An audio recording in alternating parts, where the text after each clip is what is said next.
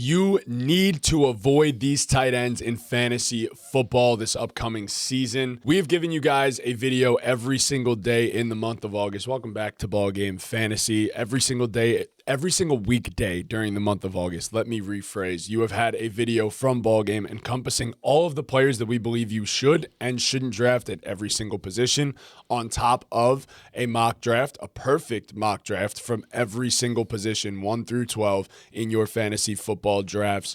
So stay tuned, stay tapped in. We're going to carry this into the first week of September for you guys.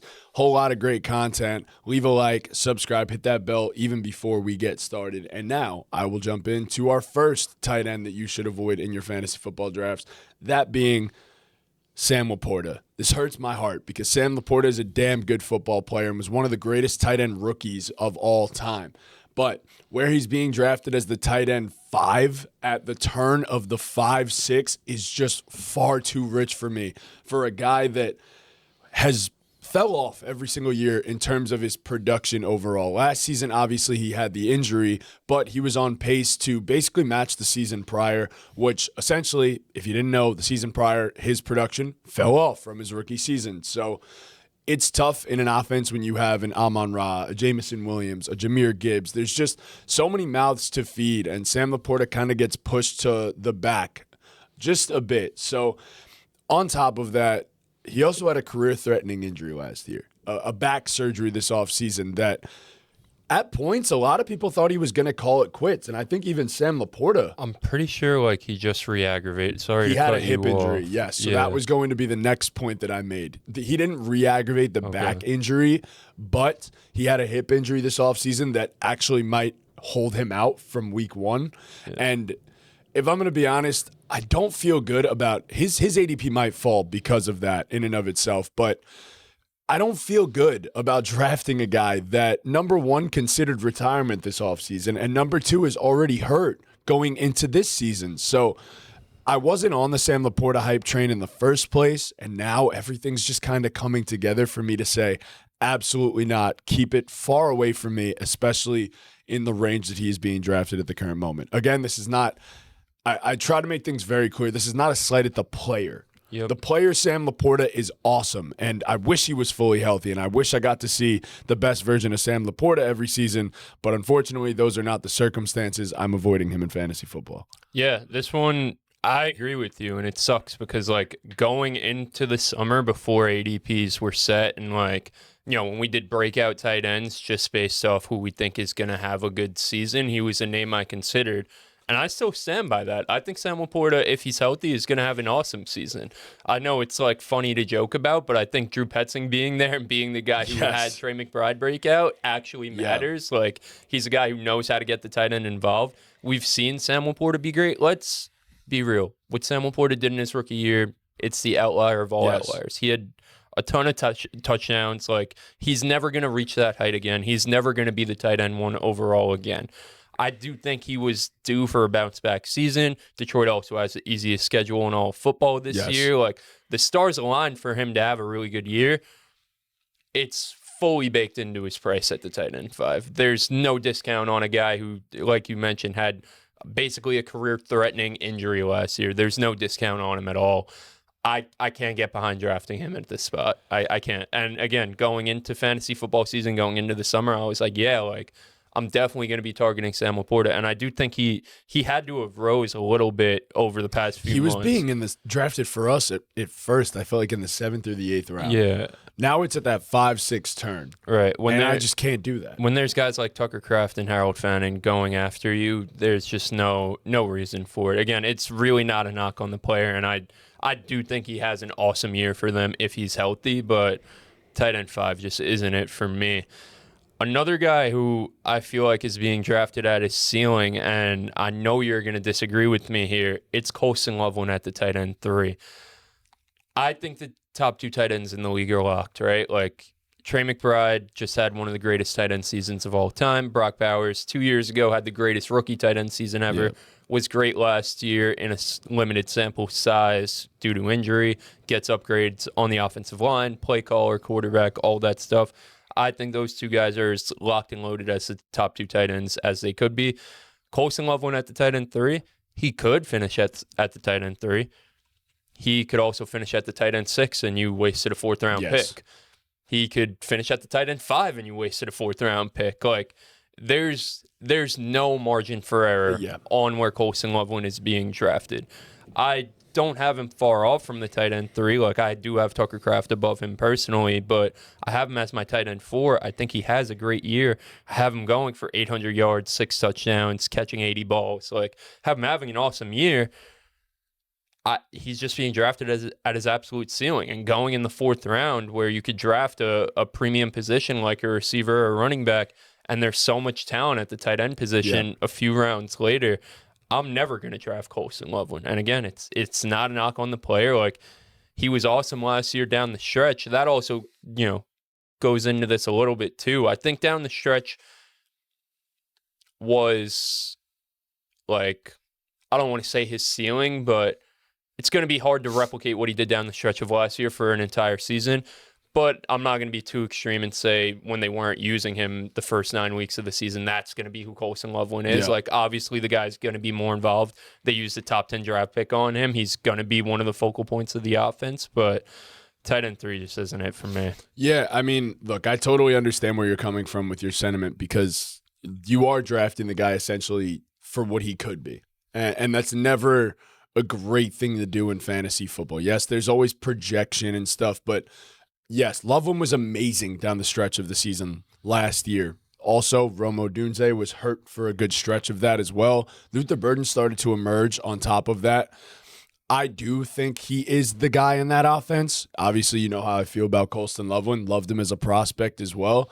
But I agree that you are drafting the guy based upon what he needs to become and not what he already is. So I get it. I'm totally with you and understand. I do actually have him at the tight end 3 spot, but even I get very hesitant to press that button because I can't do it yet. I need to see it first before I'm willing to invest that level of capital in a tight end in fantasy football. So like a Brock Bowers or a Trey McBride, you know what you're getting when you draft those guys in the 2-3 turn or even in the 3rd round. They feel like no-brainers at points. They're cheat codes at the position. It's like Colston Loveland, show me that you could do it first before I feel confident enough to do it. And I know a lot of people, like you say, it's a lot of projection with Colston Loveland. And people, maybe yourself included, will say Colston Loveland, the talent, is in the Trey McBride, Brock Bowers tier. He is. Yeah, I believe he is. I definitely have to see that to put him in that tier. I think he's the best of the next tier, but I think he's closer to being in that next tier with Tyler Warren, Tucker Kraft, if you want to put Harold Fannin in that tier, however you break that tier down. Like, to me, he's much closer to being in tier 2 of tight end than he is tier 1, and you're drafting him at the top of tier 2, and I just can't get behind that. No, I totally understand. I see where you're coming from with that. My next tight end, currently going as the tight end 14, is Oronde Gadsden. I just can't get behind Gadsden this offseason with all the moves that the Chargers have made and all the signals that the Chargers have given to us so far through training camp and through the preseason. This is an elite offense and a damn talented tight end. Let me just say that. The guy was very good in his rookie season last year and had no business being as good as he was. Ladd's obviously the number 1 target in the offense, and I guess you could say that number 2 is up for grabs, but some combination of Trey Harris, Quentin Johnston, and even the 2 tight ends that they decided to sign this offseason in David Njoku and Charlie Kolar seem to be the guys for Mike McDonald in this offense. So McDaniel, right. Yeah, I was right. The 2 of them just throw me off all the time. But yeah, this offseason they kind of showed you their cards. And then in the preseason, they really showed you their cards as in 11 personnel and 12 personnel. Njoku and Charlie Kolar were the 2 guys, not Gadsden. Not making me feel too good about that. I'd rather wait a few rounds and take the upside shots at that position. In like the 14th or 15th, some of the guys that I just mentioned that aren't getting drafted, as opposed to drafting him in the 10th, where you could get guys like Jaden Reed, Romeo Dobbs, or any of those wide receiver upside shots that you could just throw at the board. And then a guy that's going just 3 picks ahead of him, I feel like is an absolute no-brainer at that point in the draft. I got to get it in. I had to mention him at some point in a tight end video. Isaiah Likely, in my opinion, 3 picks ahead of Oronde Gadsden. it isn't even a question who I'm pressing the button on. And I feel like even for you, someone that's not the biggest Giant guy, you're pressing that button for 100%. likely over a Gadsden. 100%, So not even a question. yeah, I'm out. I'm out on Gadsden. I'm completely with you. I have Oronde Gadsden at my tight end 28. Like, I think there is a potential upside shot for him, but things have to go wrong with the Chargers for him to get that chance, for them to say we need to change things up. Because I agree with you. Like, they showed us their cards. Yes. Charlie Kolar was awesome with the Ravens and had a role there. And Mike McDaniel has shown to like utilize his blocking tight ends for his run scheme. David Njoku, like, they had to go and get David Njoku. Yes. You know what I mean? And that shows they're not as confident in Gadsden. And then what they've done in the preseason so far. Week 1 of the preseason, the starters didn't play. Oronde Gadsden played basically the whole game.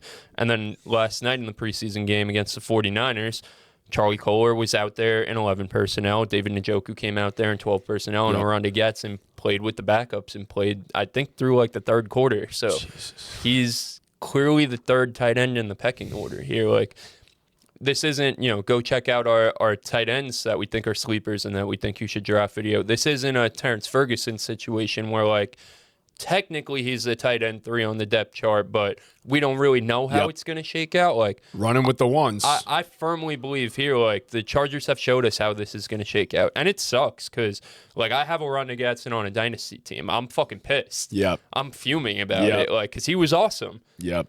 He was so good as a rookie. He just, like, he has no blocking chops. He can't get on the field to block. And, forget about McDaniel. It's a Jim Harbaugh hard-nosed, like, we're going to get down and dirty type and Core's team. elite. Right. Like, and then you bring in the McDaniel factor who wants to run the ball, and the tight ends are so important in his run scheme. Like, this guy, like, I see, like, 30% of snaps, honestly, maybe even less. I mean, like, I'm completely out. I have him at tight end 28. Yeah, I have him at tight end 18, which isn't like the worst, but he's being drafted as the tight end 14. I just can't justify taking him there at that point when, as I mentioned before, like the guy like Juwan Johnson, I just feel like, why would I not wait multiple rounds after and get a guy that I believe has significantly more upside than he does? So I'm surprised his ADP hasn't dropped. Like, I know the game last night was last night, but even week 1 where the backups played and he played so much, like, how fantasy football Twitter is. Like, they're trying to get a take off of preseason football, and immediately, like, everyone was making that take, like, yo, don't draft Oronde Gadsden. And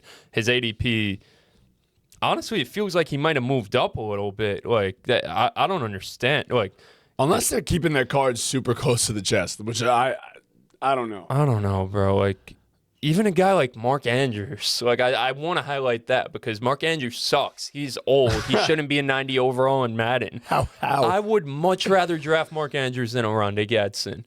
That's how off on Gadsden I am. I agree. Like, I hate Mark Andrews right now. I think he's so bad.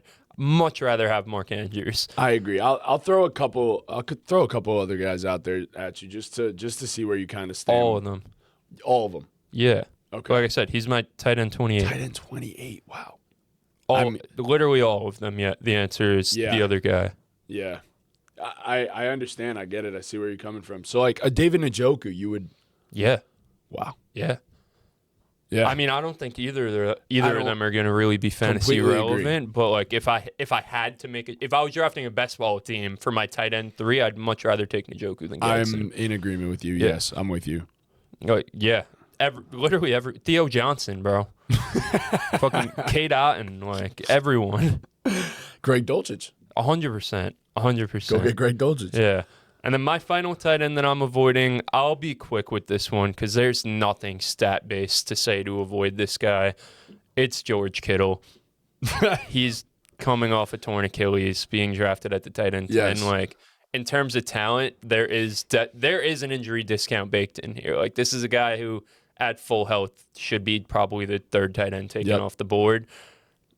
I just don't love it. I can't get behind drafting an older guy at that, coming off a torn Achilles. They're saying, like, he might be good for week 1. He's probably not going to play in week 1. Who knows when he's going to play? Who knows how long it's going to take him to get back to 100%? I just don't want to deal with it. Especially, like, in the range he's going, like, honestly, like, I've kind of switched my stance on this because we spoke about this last week. Like that 9th round, that Kittle, Kelsey likely range is the range for tight ends. There's so much talent with those tight ends going above them. Like I'm kind of leaning more towards like I want to have one of those guys. Yeah. And I think there's like a clear cutoff. Like maybe you could convince yourself on a Kelsey or likely, but I think there is a clear tier gap there, and I'm just not dealing with the headache of a guy coming off a torn Achilles. Yeah, no, I get where you're coming from completely, especially because he's going 2 spots behind Dalton Kincaid, the guy that you mentioned. I mean, granted, I will say the only difference here is Isaiah Likely is kind of 2 rounds behind these guys now. Right. So it's like you're weighing the upside at that point. But, I mean, no, George Kittle, it sucks because it's one of the greatest tight ends of our generation. Legit, one of the greatest tight ends of all time, honestly. And I'm not willing to bet that a 33-year-old or 34-year-old that's been overly physical his entire career is going to be able to just bounce back like this. And Shanahan and the Niners love to do this thing where they make sure everybody's in the dark about these injuries. Right. And then we've seen it with a Christian McCaffrey before. Oh, he should be good by week 1, should be good by week 1. Misses the entire season. Right, like, what? I'm not trusting a word that man says. I'm going to wait and see on George Kittle. If he ends up playing, I'm so excited to see how 100%. George Kittle comes back. But I ain't going to be the guy that gets suckered into drafting the name. I'm just not going to. And like at that range, right, if you have the decision to maybe draft him and you pass on him, the other options are Kelsey or Likely. And if it's not one of them, it's probably a tight end that you're streaming, right? Yes. I maybe look at a George Kittle pick and might have to end up streaming tight end anyway because he's not that good coming off a torn Achilles. Exactly. And now I wasted a top 10 round pick on a George Kittle. Like that's the fear there. It's tough because I don't know, these guys are like superhumans nowadays and they come back from these injuries and they're fine. And like it's definitely, like I said, it's definitely baked into his price. Like if he comes back and he's at 75%, he's a great pick. Yeah. Honestly. At tight end 10, he's a great pick at 75%. So I definitely see the case for it. I'm good on it. My thing is like the way that this is worth it is if he misses no more than like 4 games. Right. If he misses no more than 4 games and you draft him here, this is the middle of the 8th round. This is still where you could get some really valuable players. Like if he comes back week 5 and he looks like, as you said, 75-80% of George Kittle, he was worth the pick, especially because down the board at that last pick, you could end up drafting a guy like Juwan Johnson that we mentioned in the other video and pair him with a George Kittle to where you're still getting good tight end production and just praying and holding out hope for George Kittle to be something. But I'd rather build the rest of my roster. Yeah, I was going to say, even that sucks, right? Like, again, maybe he's good for week 1. I don't think so. How many weeks is he going to be out?